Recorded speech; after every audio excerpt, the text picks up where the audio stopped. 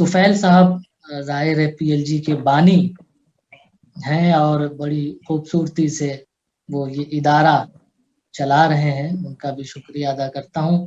और अंजुम साहब के बारे में मैं ये आपका इस्तकबाल है। इस ऑनलाइन जलसे के वो मेहमान खुसूसी हैं और ये इनका इंकिसार है। जिन अल्फाज से उन्होंने मुझे याद किया, जिन अल्फाज से नवाजा, ज़ाहिर मैं उसका अहल नहीं हूँ। होना तो ये चाहिए था कि इस जलसे की सदारत वो फरमाते और आखिर में गुफ्तगू करते। उनका हक था और मेरे साथ ये जुल्म है कि मुझे उनके बाद बोलने का मौका मिला। आप पसंदीदा आदमी हैं, आपको उस कुर्सी पे बैठना था। सिर्फ आपकी मोहब्बत है। ज़ाहिर है बशीर बद्र पर गुफ्तगू करना, एक ऐसा शायर जो बज़ाहिर बहुत आसान लगता है, और जिस तरह गजल के शेर में एक शेर होता है जिसे सहले मुमतना कहते हैं, कि बज़ाहिर बहुत आसान लगता है कि ये तो कोई भी कह सकता है, कोई भी समझ सकता है, लेकिन जब कहने पर आए तो फिर कितना मुश्किल है सहले मुमतना का शेर कहना। ये वही जानता है जो सहले मुमतना का शेर कहने की अहलियत रखता हो। और सहले मुमतना के अशार को समझना, बज़ाहिर ये लगता है कि हमें ये शेर समझ में आ गया, लेकिन वो शेर समझ में आता नहीं। हर बार अब वो अंजुम साहब बेहतर समझेंगे कि सहले मुमतना के अशार के क्या मसाइल हैं। तो बशीर बद्र पर गुफ्तगू करना वैसा ही है जैसे सहले मुमतना के शेरों पर गुफ्तगू करना है, कि बज़ाहिर बहुत आसान लगते हैं।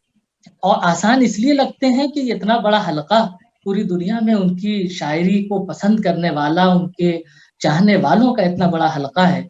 और न सिर्फ ये है कि किताबों में उनको लोग पढ़ते हैं, बल्कि उनको गाया भी बहुत गया है, फिल्मों में भी उनकी शायरी इस्तेमाल हुई है, और स्टेज के तो वो खैर बादशाह थे, वो हम सब जानते हैं। तो इतनी मकबूलियत किसी शख्स को मैसर आ जाए तो ये मकबूलियत कुछ कहती है, और ये एक्सेप्टेबिलिटी है, किसी को कबूल करना ये बहुत आसान काम नहीं होता है कि कोई मकबूल हो जाए, और मकबूल हो जाए और अदब में भी मकबूल हो जाए और अवाम में भी मकबूल हो जाए। तो ये वही कैफियत है जो सहले मुमतना की है, कि वो दावा तो यूं होता है कि हमने समझ लिया, लेकिन हम समझते नहीं है। तो बशीर बद्र पर गुफ्तगू करना बहुत मुश्किल काम है, एक ऐसे शायर पर जिसकी गजल, जब वो 7वीं जमात का तालिब इल्म था, उसकी गजल निगार में छपी, नियाज फतेहपुरी के पर्चे में। जाहिर है वो इतना ऐसा पर्चा था अपने जमाने का, ऐसा रिसाला, मैगजीन था कि जो उसमें छप जाए वो मोतबर हो जाए। तो 7वीं जमात का तालिब, गालिबन ये नियाज फतेहपुरी को इसका इल्म नहीं रहा होगा कि जिसकी गजल वो शाये कर रहे हैं वो अभी 7वीं जमात का तालिब इल्म है, वरना वो शायद वो न छाप ले। तो ये बहुत एजाज की बात थी बशीर साहब के लिए कि उस उम्र में एक ऐसे रिसाले में, एक ऐसी मैगजीन में उनकी गजल छप गई, और जिसमें छपने के लिए लोग तरसते थे। और 20 बरस की उम्र तक, यानी आप उसे उन्फ़ान शबाब कह लीजिए, वहां तक पहुंचते पहुंचते तो बशीर साहब को तकरीबन लोग जान गए थे, और हिंदुस्तान पाकिस्तान के जो संजीदा रसायल थे वहां वो छपने लगे थे। और बशीर बद्र से एक जाती वाबस्तगी, मुझे ऐसा लगता है कि एक रूहानी रिश्ता मेरा यूं भी बनता है कि उस इदारे से मेरा ताल्लुक है जिस इदारे से बशीर साहब का भी ताल्लुक था। बशीर साहब ने अलीगढ़ मुस्लिम यूनिवर्सिटी में एक अरसा गुजारा, और जब वो यहाँ आए थे, यहाँ के जो पुराने असातिज़ा हैं, जो पुराने लोग हैं, वो बताते हैं उनके बहुत से वाक़यात, उनके बहुत से किस्से कैंपस में मशहूर हैं, इसलिए कि वो उनकी ज़ात में, उनकी शख्सियत में बहुत दिलचस्पी मौजूद थी। वो जहाँ बैठते थे, उनके आस-पास जो लोग बैठते थे, वो जानते हैं, जो उनकी सोहबतों में बैठे हैं, कि उनकी मौजूदगी महफिल को ज़ाफ़रान ज़ार बना देने के लिए काफ़ी थी। तो ऐसी शख्सियतें कम होती हैं कि जब वो बैठें तो उनके साथ एक कहकशां बन जाए। बहुत कम होती हैं ऐसी शख्सियतें जिनके जुमले, जिनकी गुफ्तगू के हवाले और लतीफ़े और अदबी लतीफ़े, ये सब बहुत कम लोगों का मुक़द्दर ये चीज़ें रही हैं। लेकिन बशीर साहब की शख्सियत इन्हीं हवालों से पहचानी जाती है। तो अलीगढ़ में न सिर्फ तालिब इल्म रहे, बल्कि आर्ज़ी तौर पर कुछ माह उन्होंने यहाँ पढ़ाया भी था। ज़ाहिर है میں یہاں پڑھا رہا ہوں، اس ادارے سے میرا یہ رشتہ ہے، تو بشیر صاحب سے ایک روحانی رشتہ اس طرح میرا ایک قائم ہوتا ہے، اور اس طرح بشیر صاحب سے روحانی طور پر اپنے آپ کو بہت قریب محسوس کرتا ہوں۔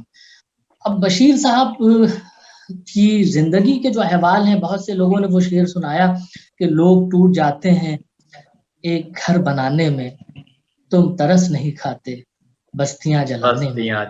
اب دیکھیے کیسا آسان شعر ہے، کون شخص ہے جو یہ کہے گا کہ یہ شعر میں نہیں سمجھ سکا، یا اس شعر کا کوئی لفظ ایسا ہے جو جس کے لیے مجھے لغت دیکھنے کی ضرورت ہے، اور کوئی ایسا استعارہ اس شعر میں موجود ہے جس کی تفصیل کے لیے ہمیں ایک ایسے استاد کی ضرورت ہے جو شاعری کا پارک ہو۔ تو اس میں کوئی لفظ ایسا نہیں ہے، لوگ ٹوٹ جاتے، ایسا عام فہم شعر، لیکن اگر غور کریں تو یہ شعر اتنا آسان نہیں ہے، اس میں یہ شعر اتنا آسان نہیں ہے، اور اس شعر کو سمجھنے کے لیے جس کرب کو اپنی ذات کا حصہ بنانا پڑے گا، جس کرب سے شاعر گزرا تھا، ظاہر ہے ہم اس کے آس پاس بھی اگر ہم پہنچ جائیں تو اس شعر کا کچھ حق ادا کر پائیں گے، اس کی تفہیم کا۔ تو ایسا آسان بھی یہ شعر نہیں ہے۔ تو کئی لوگوں نے یہ شعر سنایا کہ میرٹھ میں ان کا گھر جلا دیا گیا، یہ سب وہ حوالے خارجی ہیں جو ظاہر ان کے ساتھ ہوئے تھے، لیکن ہمارا گھر تو نہیں جلایا گیا، لیکن پھر بھی ہم اس شعر سے ویسے ہی محظوظ ہوتے ہیں، اور شعر کو ایسا یہ لگتا ہے کہ یہ سانحہ، یہ حادثہ تو ہمارے ساتھ ہوا ہے۔ اس لیے یہ ایک پوری اجتماعی سائیکی جسے کہہ سکتے ہیں ہم، اس ملک کے گزشتہ واقعات اور حادثات کو اگر ہم ذہن میں رکھیں تو یہ شعر اس ملک میں رہنے والے ہر عام آدمی کا شعر ہے، اور چونکہ ہر آدمی کا شعر ہے تو بشیر صاحب اسی عوامی روایت کے شاعر قرار پائے جس عوامی روایت کے شاعر نذیر ہیں۔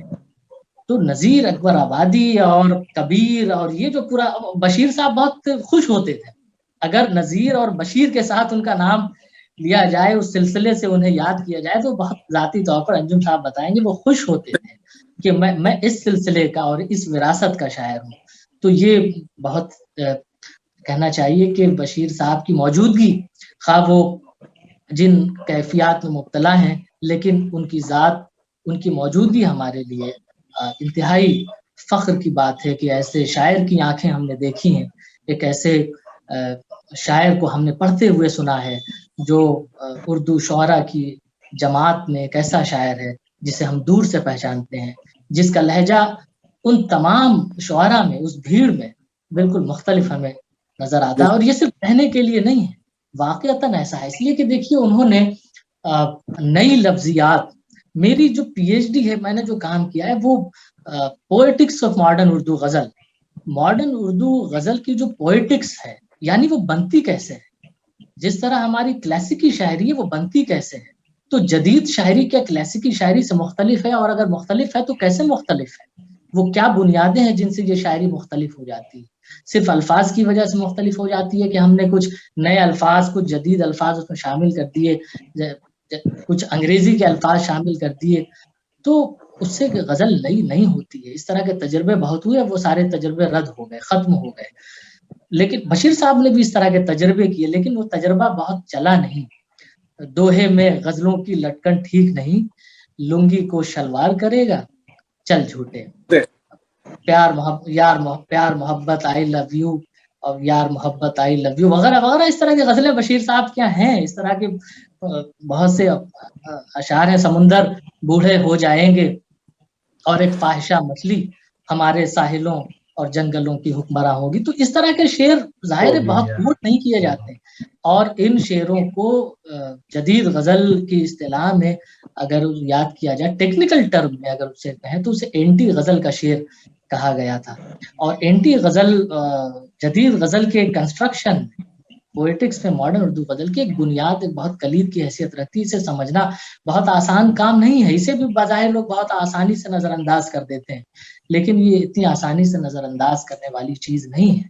تو نئی لفظیات، بشیر بدر کا یہ بڑا کارنامہ ہے کہ انہوں نے ایسے وہ گرے پڑے ہوئے لفظوں کو محترم کر دینے والی جو بات ہے، تو وہ ऐसे कम शायर हैं जो गिरे पड़े हुए लफ्जों को मोहतरम क्या बात कर कही है देने की डॉक्टर हुनर साहब, जानते हैं। गिरे पड़े लफ्जों को मोहतरम कर देने वाली बात, क्या बात कही तो डॉक्टर। ये बशीर साहब ही कर सकते थे, और न सिर्फ उन लफ्जों को मोहतरम बनाना बल्कि उन अल्फाज को मोतबर बना देना, ये किसी शायर का कमाल होता है और उस शायर की कामयाबी होती है। तो नए जमाने के फर्द की नफ्सियात ये हर शायर नहीं कर सकता कि यानी पूरी इज्तिमाई साइकी को, फर्द की नफ्सियात को, उस अहद की नफ्सियात को गजल का हिस्सा बना देना, आम आदमी के रोजमर्रा के तजुर्बात को, उसके मुशाहिदात को, उसके दर्द को, उसकी तकलीफों को, उसकी फीलिंग्स को ये शेर का पैकर अता कर देना, ये बहुत आसान काम नहीं है।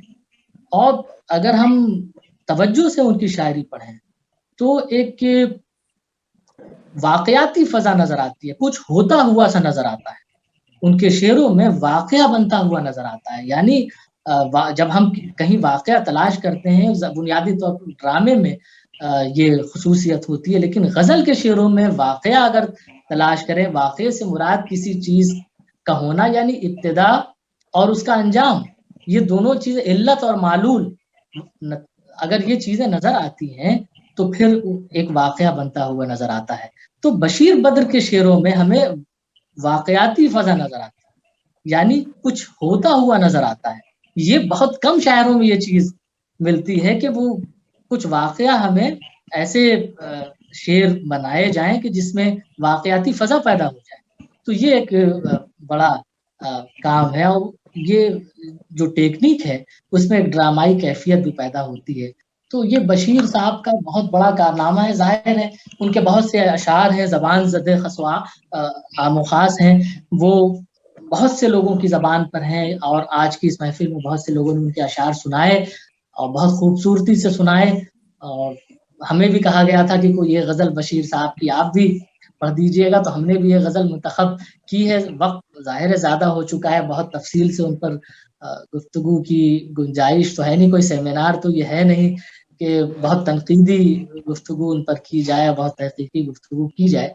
लेकिन ये क्या कम है कि ऐसी कोई महफिल हो जिसमें आप खुद शायर हो लेकिन अपना शेर ना सुनाए। तो शायर पर तो ये बड़ा जुल्म होता है कि वो खुद शेर कहता हो और उस पर ये बंदिश आयद कर दी जाए कि भाई आपको अपना शेर नहीं सुनाना।